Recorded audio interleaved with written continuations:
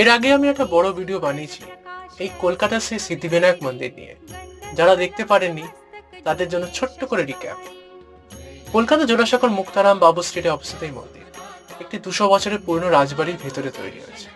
এটি ছিল মল্লিক পরিবারের পুরনো বাড়ি, যেটা সংস্কার করে মন্দিরের রূপ দিয়েছেন ইমামি গ্রুপের দুই প্রতিষ্ঠাতা শ্রী রাধেশ্যাম আগরওয়াল ও শ্রী রাধেশ্যাম গোয়েঙ্ক। 2020 সালে 28 ফেব্রুয়ারি এই মন্দির উদ্বোধন হয়। এটা শুধু এর গণেশ মন্দির নয়, এখানে রয়েছে সমাজসেবার নানা উদ্যোগ, যেমন ডায়াবেটিস ক্লিনিক ও স্কিল ট্রেনিং সেন্টার। মন্দিরের স্থাপত্য রয়েছে এক অন্যরকম মাধুর্য, গথিক পিলার আর ঠাকুর দালান মিলিয়ে এক অনন্য পরিবেশ। একবার ঘুরে দেখলে মনটা ভরে যাবে আপনাদের। আর আগের ভিডিওর লিঙ্কটাও দিয়ে রাখলাম। আর লাইক করুন আমার এই ভিডিওটাকে, শেয়ার করুন আপনার বন্ধু বান্ধবদের সাথে, আর কমেন্ট করে জানান কেমন লাগলো আপনাদের। আর সাবস্ক্রাইব করতে ভুলবেন না সৌরভ সিনিক জানি চ্যানেলকে, এরকম সুন্দর সুন্দর ভিডিও পাওয়ার জন্য। বাই।